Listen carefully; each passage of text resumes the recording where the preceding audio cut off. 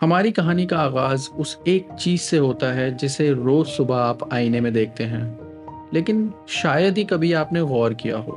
اور وہ چیز ہے دوستوں، آپ کا اپنا وجود۔ ہم ستاروں کی کمپلیکسٹی پر تو حیران ہوتے ہیں، ہم پہاڑوں کی میجسٹی پر بھی حیران ہوتے ہیں، لیکن ہم اس ایک چیز کے بارے میں بھول جاتے ہیں جو ہے ہمارا اپنا وجود، a walking, talking miracle of life۔ اللہ تعالیٰ قرآن میں ہمیں بار بار ہماری انٹرنل یونیورس پر غور کرنے کی دعوت دیتا ہے، اور یقین کرنے والوں کے لیے زمین میں بہت سی نشانیاں ہیں اور خود تمہاری جانوں میں، تو کیا تم دیکھتے نہیں؟ آج کی داستان دوستوں اسی انٹرنل یونیورس کا ایک چھوٹا سا سفر ہے۔ آئے پھر ہم اس سفر کو دیکھتے ہیں جسے ہم میں سے کوئی یاد نہیں رکھتا، لیکن قرآن نے 1400 سال پہلے ہی اس کی گواہی دے دی تھی۔ ہماری اپنی تخلیق کا سفر۔ اور انسان کی پیدائش کو مٹی سے شروع کیا، پھر اس کی نسل ایک قسم کے خلاصے سے یعنی حقیر پانی سے بنائی۔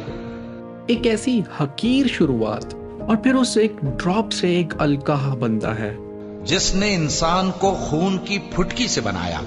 آج کی ایمبریولوجی ہمیں بتاتی ہے کہ ایمبریو کی شروعات بالکل ایک لیچ کے جیسے ہوتی ہے جو ماں کے شکم سے چپکا ہوا ہوتا ہے۔ پھر اس کو ایک مضبوط اور محفوظ جگہ میں نطفہ بنا کر رکھا، پھر ہم نے نطفے کا لوتھڑا بنایا، پھر لوتھڑے کی بوٹی بنائی، پھر بوٹی کی ہڈیاں بنائی، پھر ہڈیوں پر گوشت پوست چڑھایا۔ یہ دنیا کی سب سے عظیم مینوفیکچرنگ پروسیس ہے۔ یہ ایک سنگل سیل سے 9 مہینے میں ٹریلینز آف سیلز مل کر ایک super computer human being form کرتی ہیں، جس کے پاس اپنا آپریٹنگ سسٹم، ایک برین ہوتا ہے، اپنی ایک پاور سپلائی ہارٹ ہوتی ہے، اور ایک سیلف ریپیئرنگ میکینزم کے تھرو جسے امیونٹی کہا جاتا ہے وہ خود کو ہیل کر سکتا ہے۔ جب آپ ایک آئی فون دیکھ کر اس کے ڈیزائنر کے قائل ہو جاتے ہیں تو پھر آپ ایک ہیومن مشین دیکھ کر اس کے بنانے والے کا انکار کیسے کر سکتے ہیں؟ لیکن اللہ تعالیٰ نے صرف ہمیں ایک عظیم مشین نہیں بنایا، اس نے ہمارے اندر ایک ایسا انوکھا پروسیسر بھی انسٹال کیا ہے جسے ہم مائنڈ کہتے ہیں، اور یہ پوری کائنات کا سب سے انوکھا پروسیسر ہے۔ یہ وہ مائنڈ ہی تو ہے جس نے پہاڑوں کو دیکھ کر اس میں سے کریٹیکل منرلز مائن کر کے ٹیکنالوجی کی عمارت کھڑی کی، پانی کا بہاؤ دیکھ کر اس کی طاقت کو ہارنس کیا اور اس میں سے بھی انرجی پیدا کی، ستاروں کی کریوگرافی کو آبزرو کر کر اس میں سے بھی لا آف فزکس ایجاد کیے۔ ہماری پوری سویلائزیشن، ہماری پوری سائنس دراصل اس غور و فکر کرنے والی صلاحیت کا ہی نتیجہ ہے۔ یہ اللہ اور انسان کے درمیان ایک عظیم پارٹنرشپ ہے۔ اللہ تعالیٰ نے ہارڈ ویئر کی صورت میں یہ پورا یونیورس بنایا، اس میں پھر فزکس، کیمسٹری جیسے لاز امپلیمنٹ کیے، اور اسی نے ہمیں را مٹیریل جیسے پہاڑ، سمندر، صحرا، ان جیسی عظیم نعمتوں سے نوازا۔ پھر اللہ تعالیٰ نے انسان کو مائنڈ دیا، اس کائنات کا سافٹ ویئر، اور ایک مینول دیا قرآن کی فارم میں،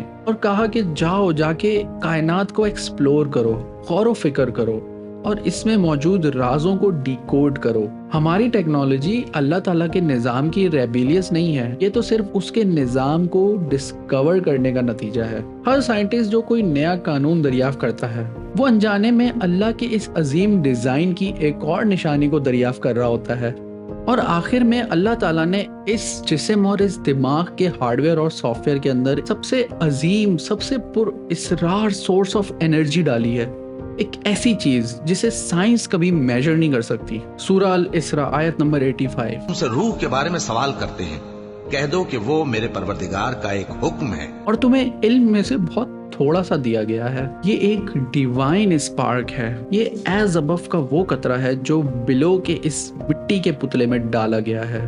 یہی وہ روح ہے جو محبت کرتی ہے، جو خوبصورتی کو اپریشیٹ کرتی ہے، انصاف کے لیے تڑپتی ہے، اور اپنے خالق کے وجود کو ڈھونڈتی ہے۔ جب ہم نے اپنے اس وجود کے عظیم معجزے کو سمجھ لیا، ہماری تخلیق، ہماری عقل، ہماری روح، تب ہمارے اندر ایک تکبر پیدا ہو سکتا ہے۔ ہم سوچ سکتے ہیں کہ اس زمین پر ہم ہی تو سب کچھ ہیں، ہم ہی تو اس کہانی کے سول ہیروز ہیں، لیکن قرآن دوستو فوراً اس ہیومن سینٹرک غرور کو پاش کر دیتا ہے۔ وہ ہمیں بتاتا ہے کہ اس زمین پر بھی تم اکیلے انٹیلیجنٹ انہیبیٹنٹس نہیں ہو۔ قرآن فوراً اس ڈیوائن لینس سے زوم آؤٹ کرتا ہے ایک انسان کے کلوز اپ شاٹ سے، اور وہ پھر ہمیں اس زمین کا بہت عظیم پینوراما دکھاتا ہے، اور اس پینوراما میں ہم دیکھتے ہیں کہ اس زمین میں اور بھی مخلوقات ہیں، اور بھی جاندار ہیں، ایسی امتیں جو ہم سے کئی زیادہ اپنے خالق کی فرما بردار ہیں۔ سورہ الانعام آیت نمبر 38۔ اور زمین میں جو چلنے پھرنے والا حیوان یا اپنے پروں سے اڑنے والا پرندہ ہے ان کی بھی تم لوگوں کی طرح جماعتیں ہیں۔ یہ سائلنٹ نیشنز ہیں، ان کی اپنی سوسائٹیز ہیں، اپنے لاز ہیں اور اپنا ہی ایک پرپز ہے۔ آئیے اب ان کی یونیورسٹی آف لائف میں داخل ہوتے ہیں۔ ہم سفر شروع کرتے ہیں ان مخلوقات سے جنہیں اکثر ہم چھوٹا سمجھ کر نظر انداز کر دیتے ہیں۔ ہماری پہلی استاد ہے ایک شہد کی مکھی۔ اللہ نے اسے وحی کی، اور یہ وہی لفظ ہے جو انبیاء کے لیے بھی استعمال کیا گیا ہے، اور اس کا مشن ایک ایسا پروڈکٹ بنانا ہے جس میں لوگوں کے لیے شفا ہو۔ اس کا پورا وجود ایک سیلف لیس سروس کی بہترین مثال ہے۔ پھر ہم ان سے ملتے ہیں جو شاید اس زمین پر سب سے زیادہ آرگنائزڈ ہیں، چونٹیاں۔ حضرت سلیمان علیہ السلام کے واقعے میں ایک چونٹی نے کرائسس مینجمنٹ اور ایمپیتھیٹک لیڈرشپ کا وہ سبق دیا جو آج تک بڑے بڑے سی ای او سیکھ رہے ہیں۔ لیکن اس ڈیوائن گارڈن میں سبق صرف چلنے پھرنے والی مخلوقات سے ہی نہیں ملتا، سبق ان سے بھی ملتا ہے جو خاموشی سے اپنی جگہ کھڑے صدیوں تک عبادت کرتے رہتے ہیں۔ درخت۔ قرآن ایک پاکیزہ ٹری آف فیتھ کی مثال دیتا ہے، اور اسی مثال سے وہ ایمان کا پورا بلو پرنٹ سمجھا دیتا ہے۔ مضبوط جڑیں، بلند شاخیں اور میٹھا پھل۔ گارڈن سے نکل کے ہم تھیٹر آف دا گریٹ میں داخل ہوتے ہیں، جہاں اللہ کی قدرت بڑے بڑے جانوروں کے ذریعے ظاہر ہوتی ہے۔ سلیمان علیہ السلام کا ہدہد ایک پرو ایکٹیو انٹیلیجنٹ آفیسر ہونے کے ساتھ ساتھ انیشیٹو لینے کا بھی سبق دیتا ہے۔ حضرت یونس علیہ السلام کی کہانی میں ایک ویل نے پرفیکٹ اوبیڈینس کا مظاہرہ کیا، اور اس نے اپنے پیٹ کو ہمارے نبی کے لیے ایک لیونگ سینچوری بنا دیا۔ اینڈ دا برڈز آف ابابیل، ان چھوٹے چھوٹے پرندوں نے یہ ثابت کیا کہ جیت ریسورسز سے نہیں ملتی بلکہ اللہ پہ ایمان سے ملتی ہے، اللہ کی سپورٹ سے ملتی ہے۔ اور قوم سمود پہ اللہ کی طرف سے بھیجی گئی وہ اونٹنی، ایک لیونگ ریڈ لائن۔ جب انہوں نے اس سیکرڈ ایسٹ کی بے حرمتی کی تو اللہ تعالیٰ نے وہ پوری قوم ہی تباہ کر دی۔ اور آخر میں ہم اس سفر کے عروج پر پہنچتے ہیں جب فساد کی وجہ سے اللہ تعالیٰ نے اس زمین کو پاک کرنے کا فیصلہ کیا، تو اللہ تعالیٰ نے اپنے نبی نوح علیہ السلام کو حکم دیا کہ کشتی میں ہر مخلوق کے ایک جوڑے کو سوار کر لو۔ یہ اسلام کا اینیمل رائٹس مینیفیسٹو ہے۔ جب انسانیت کی اکثریت تباہ ہو رہی تھی تب اللہ تعالیٰ کی رحمت ان بے گناہ جانوروں کے لیے جاری تھی۔ نوح علیہ السلام کی کشتی اس پلانٹ کا سب سے پہلا جینیٹک ریزرو بینک تھا، اسٹریٹجک جینیٹک ریزرو۔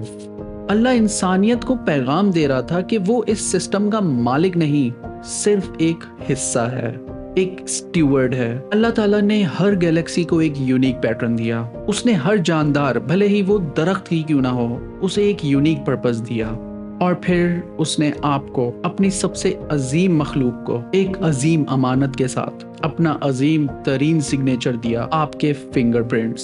تو دوستو یہ پوری داستان ہمیں کہاں لا کے کھڑا کرتی ہے؟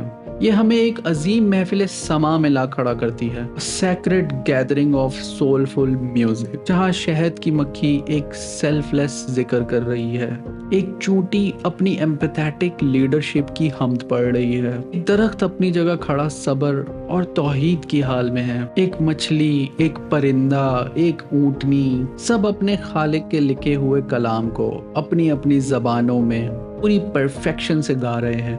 یہ ہے تسبیح۔ پوری کائنات، پوری لیونگ ورلڈ، سارے جاندار ہر لمحے اپنے رب کی حمد و ثنا کر رہے ہیں۔ یہ ایک ایسی ڈیوائن قوالی ہے جو کبھی رکی ہی نہیں، لیکن اس پوری محفل میں ایک ایسا سننے والا بھی ہے، ایک ایسی مخلوق جسے اللہ تعالیٰ نے اس قوالی کو سننے، سمجھنے، اس کے وجد کو محسوس کرنے کی صلاحیت دی ہے، انسان۔ لیکن یہاں پر آتی ہے ہمارے دور کی سب سے دردناک ٹریجڈی۔ ہم اس عظیم محفل میں بیٹھے تو ہیں، لیکن اس پہ غور کرنے کے بجائے ہم نے اپنے کانوں میں ڈیجیٹل نوائز کے ہیڈ فونز پہن لیے ہیں۔